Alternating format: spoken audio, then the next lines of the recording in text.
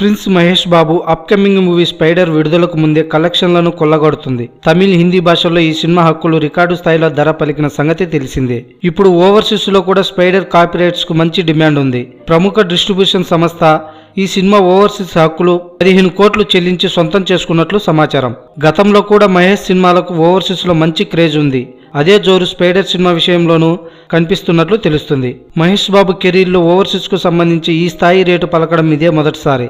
Mahesh, మురుగదాసుల crazy combination లో రాబోతుండడంతో ఈ సినిమాకు ఓవర్సీస్ లో రికార్డ్ రేటు వచ్చిందని ట్రేడ్ విశ్లేషకులు చెబుతున్నారు.